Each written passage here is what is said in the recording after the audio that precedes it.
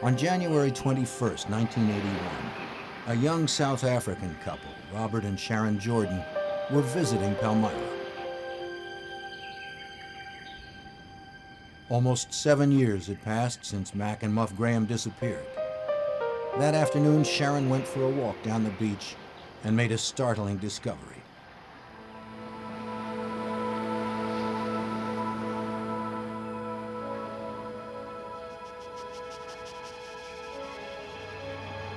Washed up on the shore was an aluminum canister, and beside it, she found human bones and a skull.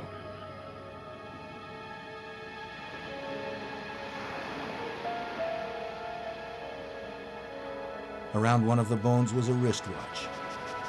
She had heard the story of Mac and Muff Graham and immediately contacted the Coast Guard. Cal Shishido was catching up on paperwork when he overheard part of a phone conversation. Human bones?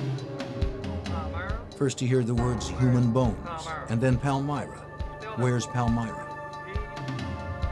The agent was new and had never heard of the case. Shishido was on his feet immediately. Who are you talking? Who was on the phone, he asked.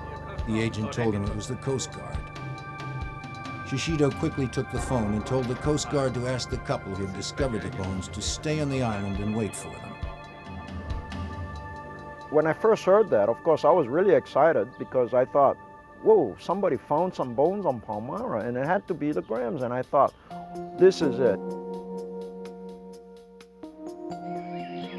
Shishido and a team of investigators flew to Palmyra to examine the new findings. If the bones Sharon Jordan found belonged to either one of the Grahams, the FBI might be able to establish the cause of death. Shishido was shown the gruesome discovery: a skull, human bones, a wristwatch, and some wire, all lying next to an open metal box, identical to the kind Shishido noticed in the rescue boats on his previous visit to the island.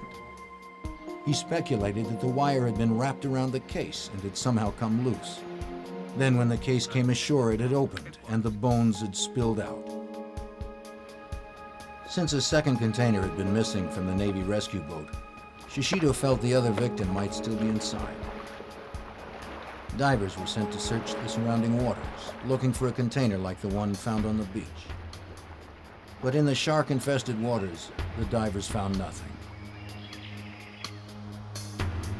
When Shishido got back to Honolulu, he sent the container, wire, skull, and bones to the FBI laboratory in Washington, D.C. for examination.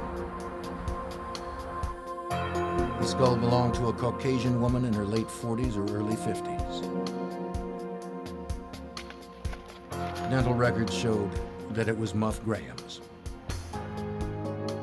The skull also had signs of charring around the left eye socket and a hole in the left temple. The FBI concluded that the contour of the hole was consistent with a gunshot wound, but due to the age of the wound, could not say conclusively that it was caused by a bullet. The aluminum box was examined by the FBI Elemental Analysis Unit. They found evidence of charring on the outside of the box. Next, the FBI needed to determine if the skeleton had been in the box. They cut out a rectangular section and subjected it to a battery of tests. The rectangular piece of metal was found to contain traces of human protein, conclusive proof that the box had once held a body. The FBI did a tremendous job as far as the container was concerned, because they came back with a report that indicated that there were human remains in the container, that the remains had been burned, and that while it was in flame, the container was in about 2 inches of water. And they found traces of human protein, human fabric in the container and everything, to indicate that a human body was disposed of in the container by flame. As Shishido had suspected, Muff Graham had not simply drowned. She had been murdered. The FBI now believed it had enough evidence to prosecute Buck and Stephanie for the murder of Muff Graham. Having served her jail term for the theft of the Seawind, Stephanie now had a white-collar job in California. She was arrested and taken into custody. Buck Walker was still serving time in prison.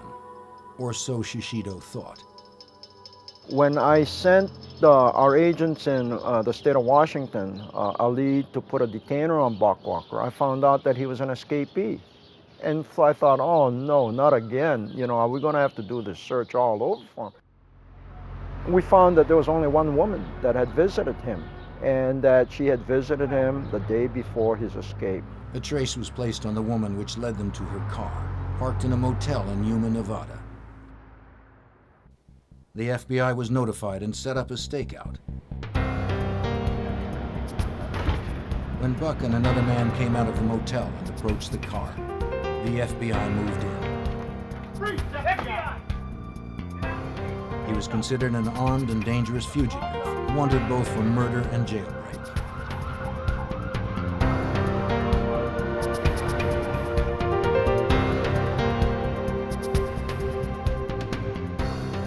On the front seat of the car, they found barbiturates and several thousands of dollars in cash.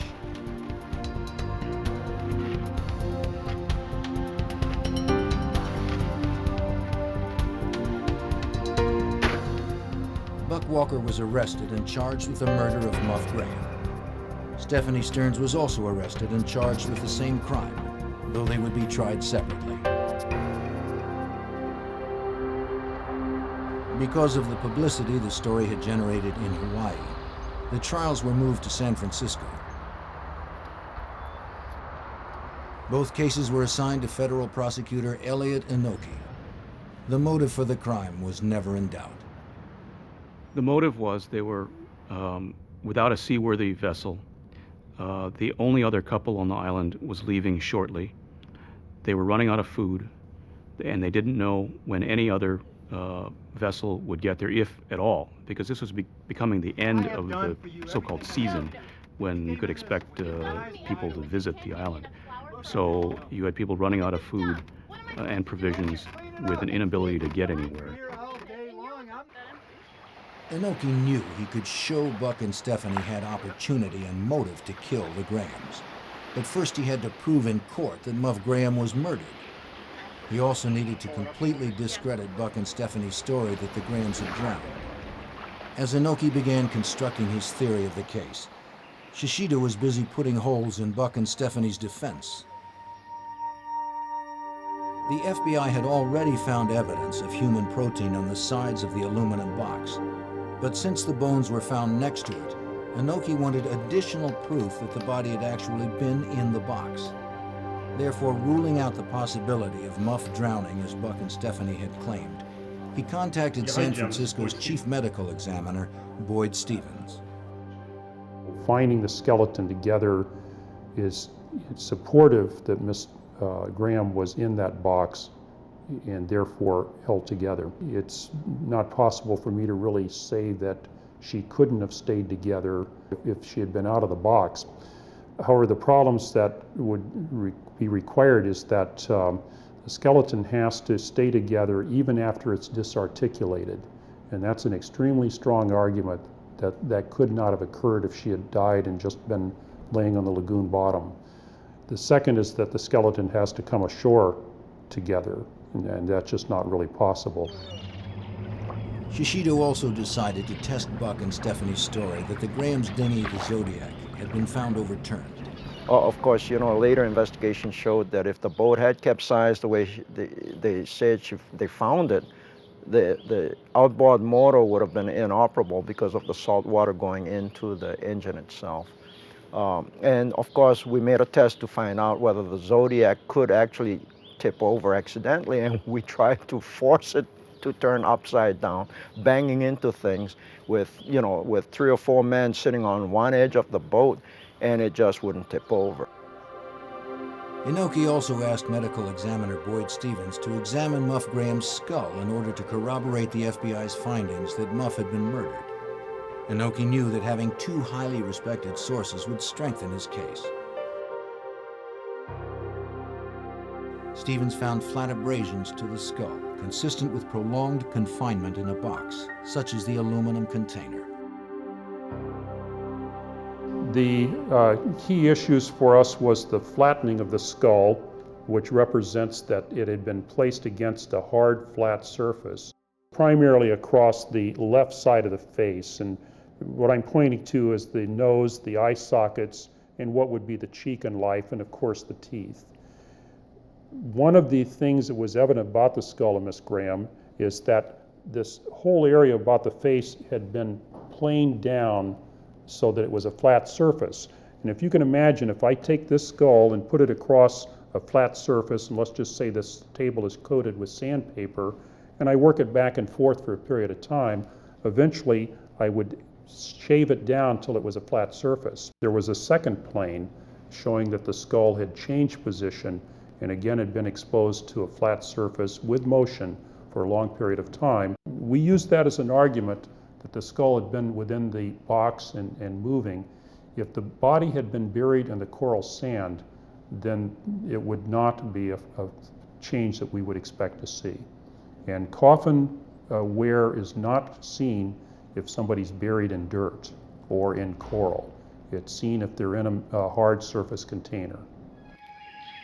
There were minimal animal bite marks and insects on the skull, which were consistent with remains that had only been exposed to the surface life for a short period of time, presumably the time after the box had surfaced and opened.